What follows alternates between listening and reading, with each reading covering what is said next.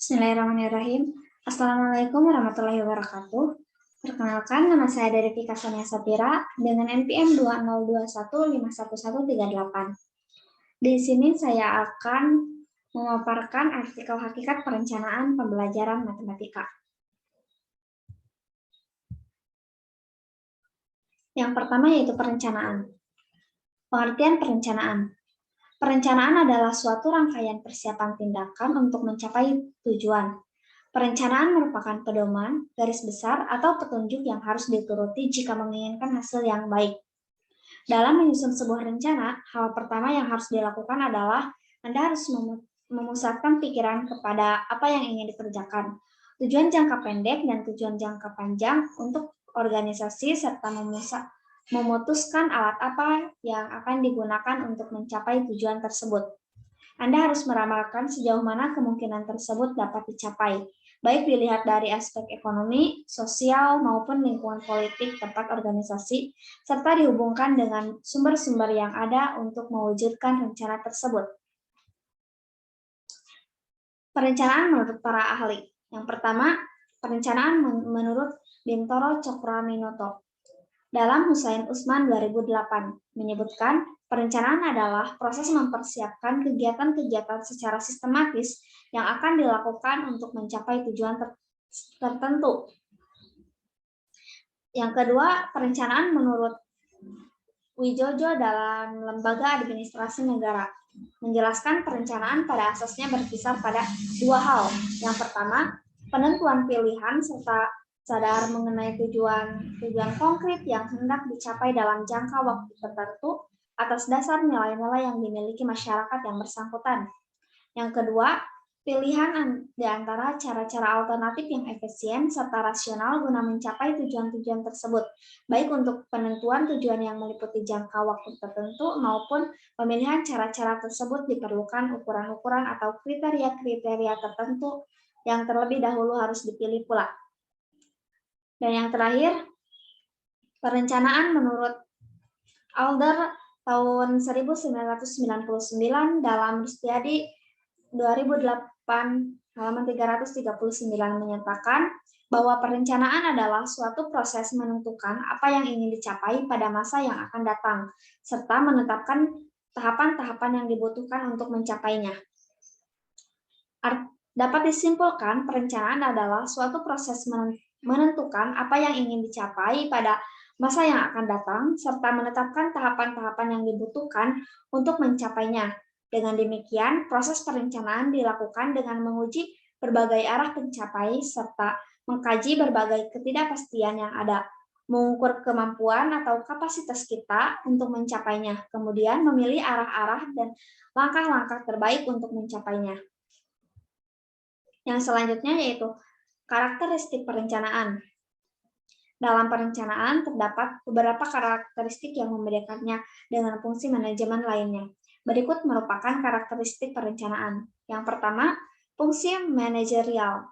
Perencanaan adalah fungsi manajerial pertama dan terpenting menyediakan dasar untuk fungsi lain dari manajemen, yaitu pengorganisasian, kepegawaian, pengarahan, dan pengendalian, karena dilakukan dalam lingkup rencana yang dibuat. Yang kedua, berorientasi pada tujuan. Perencanaan berfokus pada mendefinisikan tujuan organisasi, mendefinisikan tindakan alternatif, dan memutuskan rencana tindakan yang tepat yang dilakukan untuk mencapai tujuan. Yang ketiga, perpasif. Pengertian perpasif dalam hal ini, perencanaan harus dapat hadir di semua segmen dan diperlukan untuk semua level organisasi, meskipun ruang lingkup perencanaan bervariasi di berbagai tingkatan dan departemen. Yang keempat, proses berkelanjutan. Rencana dibuat untuk jangka waktu tertentu, katakanlah untuk 1 bulan, kuartal, tahun, dan seterusnya. Setelah periode tersebut berakhir, rencana baru dibuat dengan mempertimbangkan persyaratan dan kondisi organisasi saat ini dan di masa depan. Oleh karena itu, perencanaan adalah proses yang berkelanjutan, karena rencana dibingkai, dijalankan, dan diikuti oleh rencana lain. Yang kelima yaitu proses intelektual. Perencanaan merupakan proses latihan mental yang melibatkan penerapan logika, berpikir, memperkirakan, membayangkan secara cerdas, dan berinovasi. Yang keenam yaitu futuristik. Dalam proses perencanaan ini, kita dapat mengintip masa depan. Ini mencakup memproyeksikan masa depan, melakukan analisis dan memprediksinya sehingga organisasi dapat menghadapi tantangan masa depan secara efektif. Dan yang terakhir yaitu pengambilan keputusan. Keputusan dibuat mengenai pilihan tindakan alternatif yang dapat dilakukan untuk mencapai tujuan. Alternatif yang dipilih harus yang terbaik di antara semua pilihan, yang memiliki paling banyak kelebihan dan sedikit kekurangan. Yang selanjutnya yaitu fungsi dan tujuan perencanaan. Adapun dari fungsi perencanaan yaitu perencanaan berfungsi untuk mencapai efektivitas dan efisiensi dalam kegiatan organisasi. Dengan begitu, maka dapat dilakukan upaya mengidentifikasi berbagai hambatan, melakukan koreksi terhadap penyimpangan sesegera mungkin, sehingga organisasi dapat dikendalikan dengan baik. Untuk tujuan dari perencanaan yaitu pertama, mengantisipasi dan beradaptasi dengan segala perubahan yang terjadi. Kedua, memberikan arahan atau direction kepada para administrator maupun non-administrator agar bekerja sesuai dengan rencana. Yang ketiga, menghindari atau setidaknya meminimalisir potensi terjadinya tumpang tindih dan pemborosan dalam pelaksanaan pekerjaan. Dan yang terakhir, menetapkan standar tertentu yang harus digunakan dalam bekerja sehingga memudahkan dalam pengawasan atau kontrol. Selanjutnya yaitu langkah-langkah perencanaan. Langkah-langkah perencanaan yang pertama yaitu menentukan tujuan. Langkah pertama yang juga merupakan langkah yang sangat penting adalah menentukan tujuan. Ada banyak alasan mengapa menentukan tujuan sangat penting dan dalam menyusun perencanaan. Salah satunya adalah karena seluruh fungsi manajemen bermaksud untuk mewujudkan tujuan. Yang kedua, menentukan tempat. Dengan menentukan tempat berlangsungnya rencana, kita bisa melihat sejauh mana pekerjaan kita berjalan. Apakah sesuai dengan rencana awal ataukah sudah melenceng dari rencana. Hal itu juga akan menjadi bahan evaluasi jika kita terpaksa harus bekerja keluar dari rencana yang sudah ditetapkan bersama. Yang ketiga, menyediakan alternatif. Agar perencanaan menjadi fleksibel dan selalu menyesuaikan dengan berbagai kondisi, sebaiknya kita juga perlu menyediakan alternatif secara terencana. Yang keempat, yaitu membuat rencana turunan. Rencana turunan adalah penjabaran dari rencana utama. Kita perlu membuat rencana turunan agar bisa menjalankan rencana utama dengan baik. Biasanya, rencana turunan ini dibuat sesuai tahapan untuk mencapai rencana utama. Sering juga rencana turunan dibuat berdasarkan indikator pembentukan rencana utama. Yang kelima, membangun kerjasama. Rencana sudah tersusun secara jelas dan rinci. Kini saatnya kita membangun kerjasama secara internal. Membangun kerjasama juga perlu dilakukan dalam perencanaan karena hanya dengan cara ini pekerjaan yang berbeda-beda akan tetap terhubung dan ketergantungan. Yang keenam, menilai rencana. Setelah rencana tersusun dan kerjasama terbentuk, maka penting bagi kita untuk melakukan penilaian terhadap rencana tersebut. Hal ini diperlakukan agar kita bisa melihat rencana-rencana mana saja yang mampu dilakukan atau bisa diterima dan sesuai dengan tujuan. Dan yang terakhir, tahapan perencanaan. Ada 4 tahapan proses dasar perencanaan menurut Hanif Handoko dalam bukunya yang berjudul Manajemen edisi kedua, yaitu tahap pertama menentukan tujuan atau serangkaian tujuan, tahap kedua merumuskan keadaan saat ini, tahap ketiga, mengidentifikasi segala kemudahan dan hambatan. Dan tahap yang terakhir, mengembangkan rencana atau serangkaian kegiatan untuk mencapai tujuan.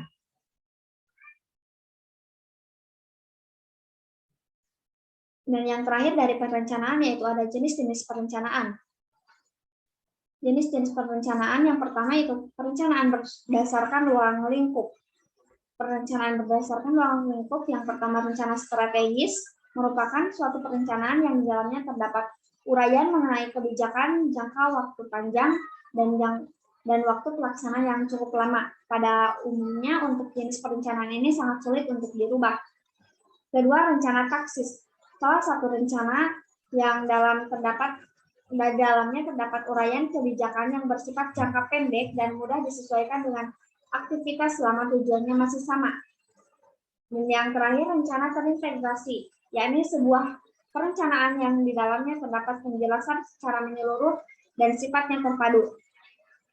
Yang kedua ada perencanaan berdasarkan tingkatan.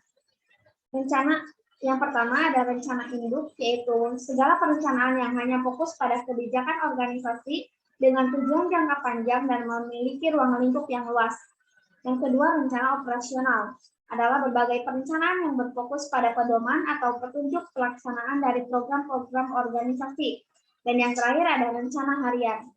Sebagai perencanaan yang di dalamnya terdapat aktivitas harian yang sifatnya rutin. Dan yang ketiga ada perencanaan berdasarkan jangka waktu. Ada rencana jangka panjang merupakan sebuah perencanaan yang dibuat untuk jangka panjang, yaitu 10 sampai 25 tahun kemudian. Yang kedua ada rencana jangka menengah, yaitu salah satu perencanaan yang dibuat untuk jangka waktu 5 sampai 7 tahun kemudian. Yang terakhir ada rencana jangka pendek, yaitu segala perencanaan yang dibuat dan hanya berlaku kurang lebih selama 1 tahun. Materi yang kedua yaitu pembelajaran. Pengertian pembelajaran. Yang pertama menurut Diniati dan Mujiono dalam Saiful Saga 2011 halaman 62, pembelajaran adalah kegiatan guru secara terprogram dalam desain instruksional untuk membuat belajar secara aktif yang menekankan pada penyediaan sumber belajar. Yang kedua, konsep pembelajaran menurut Corey dalam Saiful Saga tahun 2011 halaman 61 adalah suatu proses di mana lingkungan seseorang secara disengaja dikelola untuk memungkinkan ia turut serta dalam lingkungan dalam tingkah laku tertentu dalam kondisi-kondisi khusus atau menghasilkan respons terhadap situasi tertentu. Pembelajaran merupakan subset khusus dari pendidikan. Dapat ditarik kesimpulan bahwa pembelajaran adalah usaha sadar dari guru untuk membuat siswa belajar, yaitu terjadinya perubahan tingkah laku pada siswa yang belajar, di mana perubahan itu dengan didapatkannya kemampuan baru yang berlaku dalam waktu yang relatif lama, dan karena adanya usaha. Selanjutnya ada tujuan pembelajaran. Menurut Haji Daryanto tahun 2005 halaman 58, tujuan pembelajaran adalah tujuan yang menggambarkan pengetahuan, kemampuan, keterampilan, dan sikap yang harus dimiliki siswa sebagai akibat dari hasil pembelajaran yang dinyatakan dalam bentuk tingkah laku yang dapat diamati dan diukur.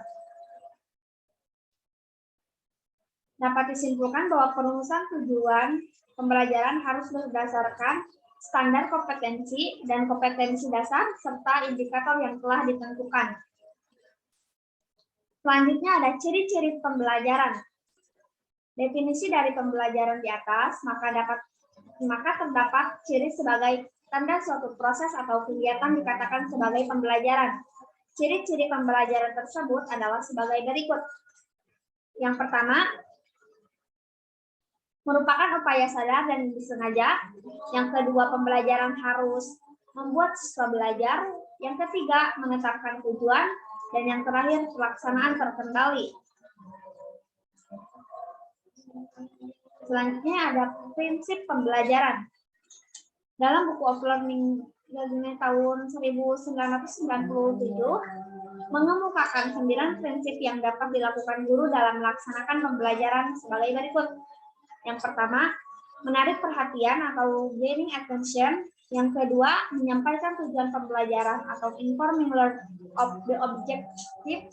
Yang ketiga, mengingatkan konsep atau prinsip yang telah dipelajari atau stimulating or recall or real learning.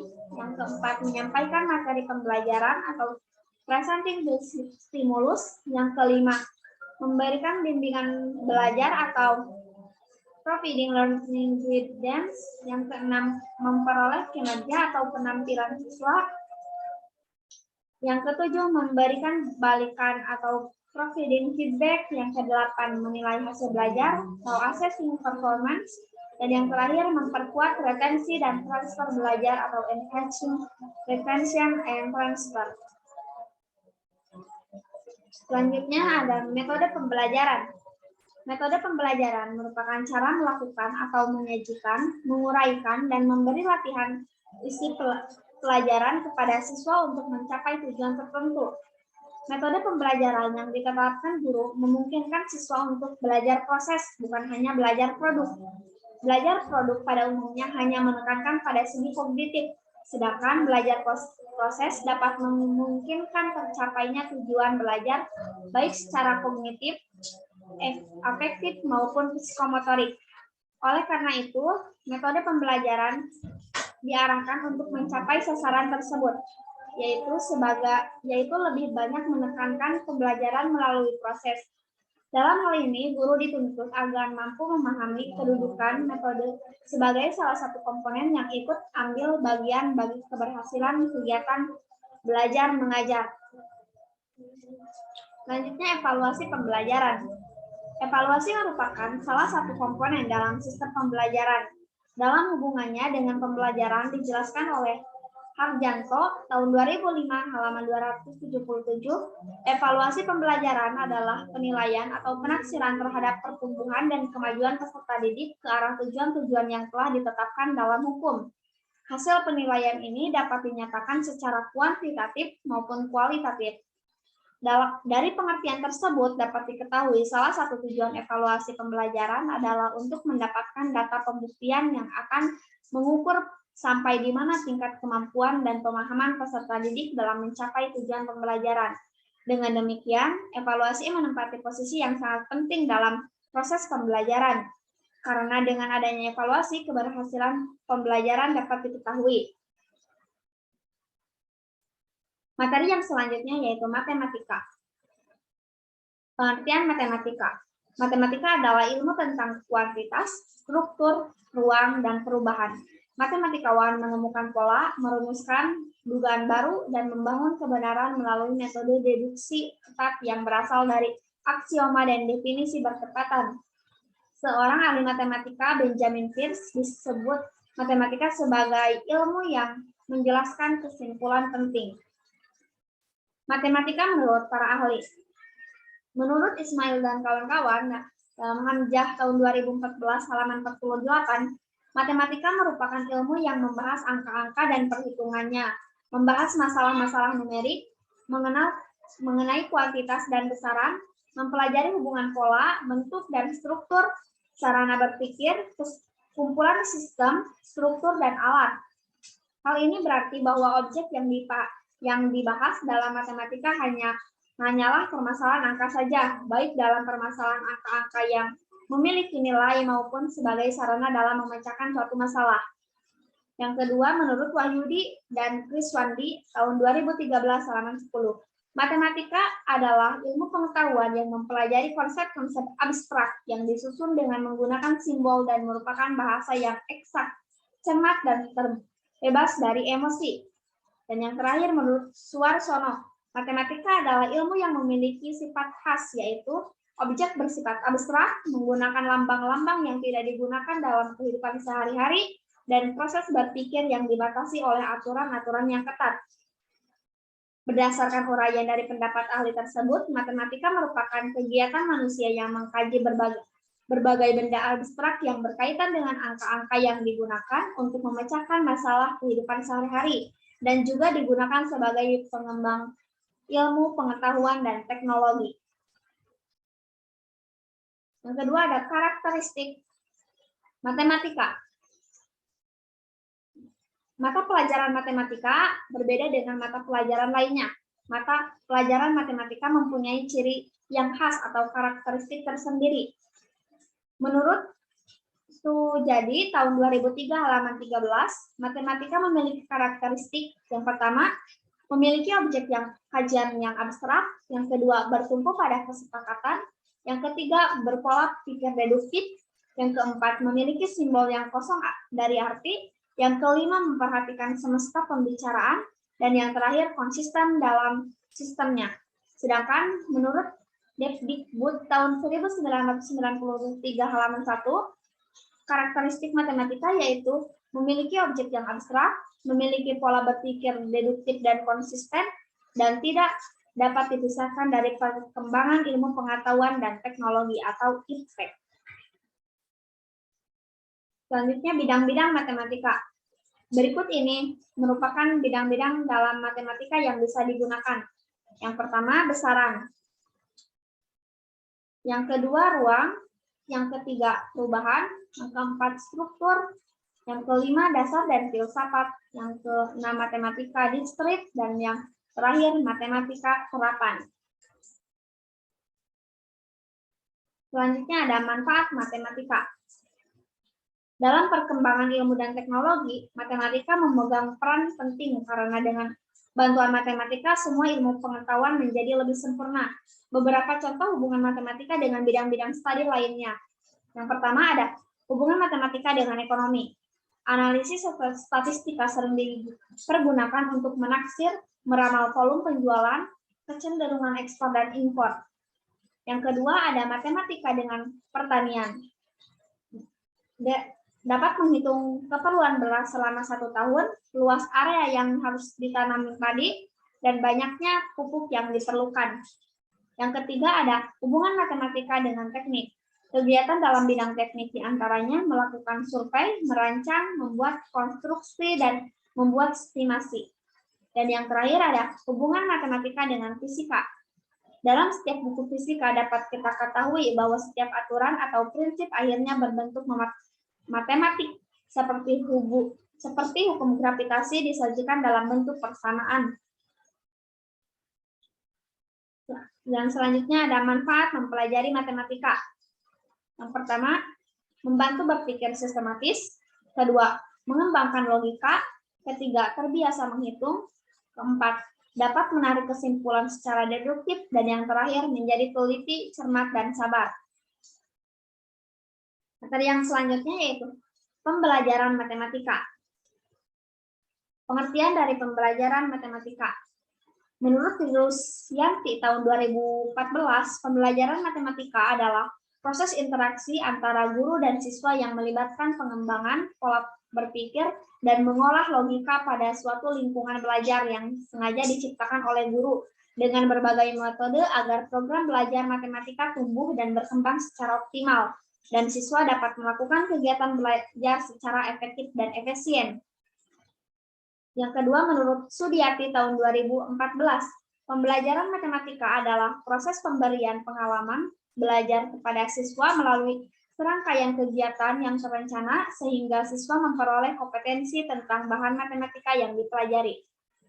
Dan yang terakhir, menurut Saparida tahun 2011, pembelajaran matematika merupakan suatu proses tidak hanya mendapat informasi dari guru, tetapi banyak kegiatan maupun tindakan dilakukan, terutama bila diinginkan hasil belajar yang lebih baik pada diri peserta didik. Belajar pada intinya tertumpu pada kegiatan memberi kemungkinan pada peserta didik agar terjadi proses belajar yang efektif atau dapat mencapai hasil yang sesuai tujuan. Berdasarkan pendapat di atas, dapat disimpulkan bahwa pembelajaran matematika adalah kegiatan belajar mengajar yang mempelajari ilmu matematika dengan tujuan membangun pengetahuan matematika agar bermanfaat dan mampu mengaplikasikannya dalam kehidupan sehari-hari. Selanjutnya ada tujuan pembelajaran matematika.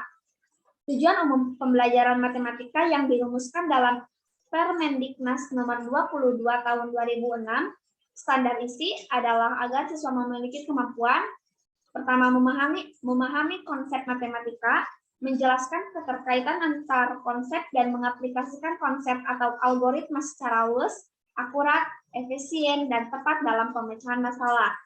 Yang kedua, menggunakan penalaran pada pola dan sifat, melakukan manipulasi matematik dalam membuat generalisasi, menyusun bukti, atau menjelaskan gagasan dan pernyataan matematika. Yang ketiga yaitu pemecahan masalah yang meliputi kemampuan memahami masalah, merancang model matematika, menyelesaikan model dan menafsirkan solusi yang diperoleh. Yang keempat, mengonsumsikan gagasan dan simbol. tabel, diagram, atau media lain untuk memperjelas keadaan atau masalah. Dan yang terakhir, memiliki sikap menghargai kegunaan matematika dalam kehidupan, yaitu memiliki rasa ingin tahu, perhatian, dan minat dalam mempelajari matematika, serta sikap ulet dan percaya diri dalam pemecahan masalah. Fungsi pembelajaran matematika. Fungsi matematika adalah sebagai media atau sarana siswa dalam mencapai kompetensi. Dengan mempelajari matematika, diharapkan siswa akan dapat menguasai seperangkat kompetensi yang telah ditetapkan. Oleh karena itu, penguasaan materi matematika bukanlah tujuan akhir dari pembelajaran matematika. Akan tetapi, penguasaan materi matematika hanyalah jalan mencapai penguasaan kompetensi. Fungsi pembelajaran matematika menurut Tonga tahun 2013. Yang pertama, matematika sebagai suatu alat. Guru hendaklah sangat diharapkan agar para siswa diberikan penjelasan untuk melihat berbagai contoh dalam penggunaan matematika sebagai alat untuk memecahkan masalah dalam mata pelajaran lain, dalam kehidupan kerja atau kehidupan sehari-hari. Namun tentunya harus disesuaikan dengan tingkat perkembangan siswa, sehingga diharapkan dapat membantu proses pembelajaran matematika di sekolah. Yang kedua, matematika sebagai pola pikir.